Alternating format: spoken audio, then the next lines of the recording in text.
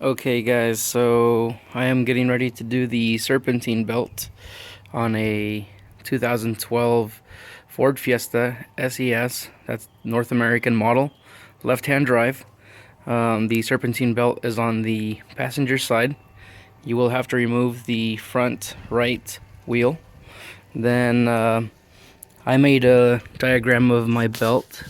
It is a simple backwards L. This is a stretch to fit belt, so there's no tension or pulley. Also, there's no need to loosen up the alternator, power steering pump, any of that stuff. Like I said, I already made myself a little diagram. It actually sits like this in the engine.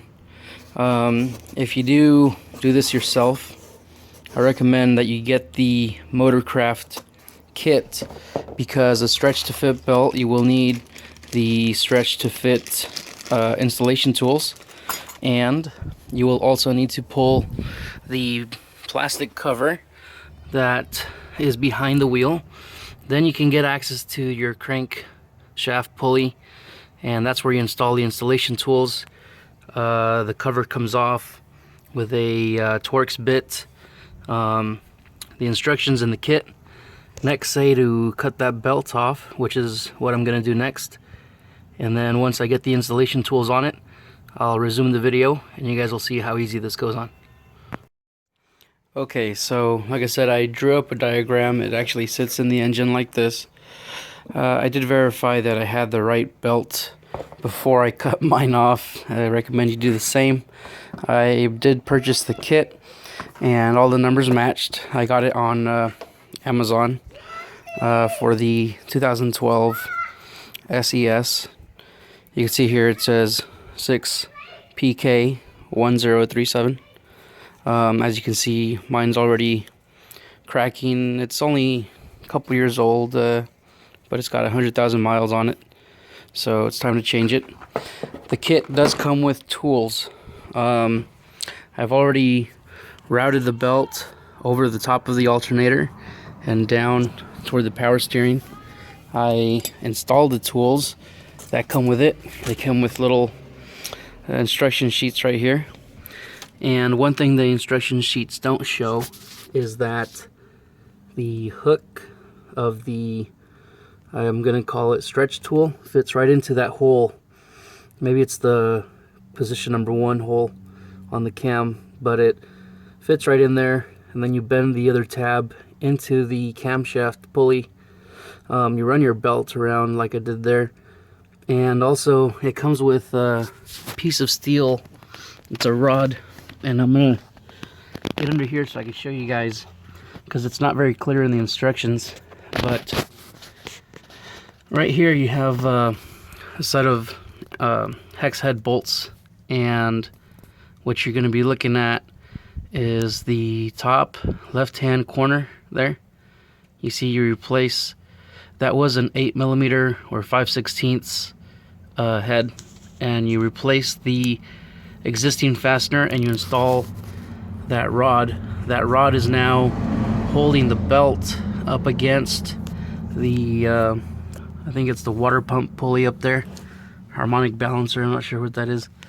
And then in the instructions it tells you to rotate the engine in a clockwise manner with the 19mm socket. So this next part takes 2 hands, but you put your 18mm socket onto the camshaft there. I already have my car in neutral.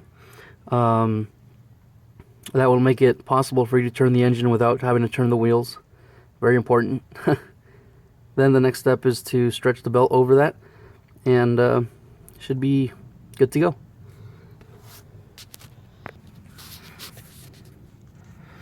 Okay, and now the belt is installed. Let me get an angle. I didn't have to pull the wheel well cover. I didn't pull a bunch of stuff. I didn't pull any components out. But you can see the new belt is in there. I had to go around twice. Let me do this. Had to go around twice in order for it to seat all the way completely. But oh, sorry guys.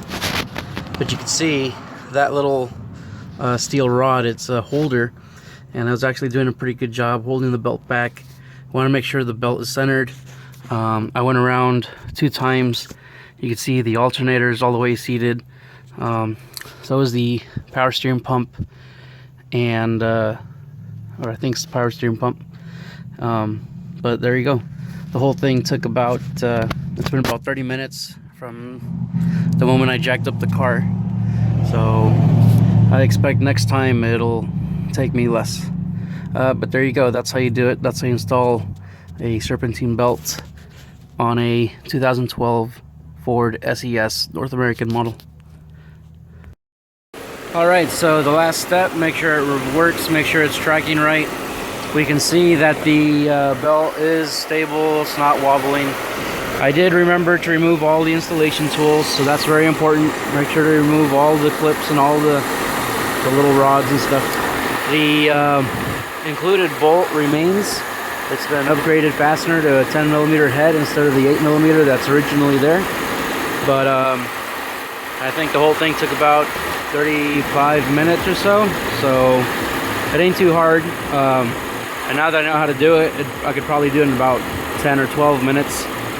So watch out for those other videos online. This is the right way, the correct way, the designed way to do this job. All right, have a good day.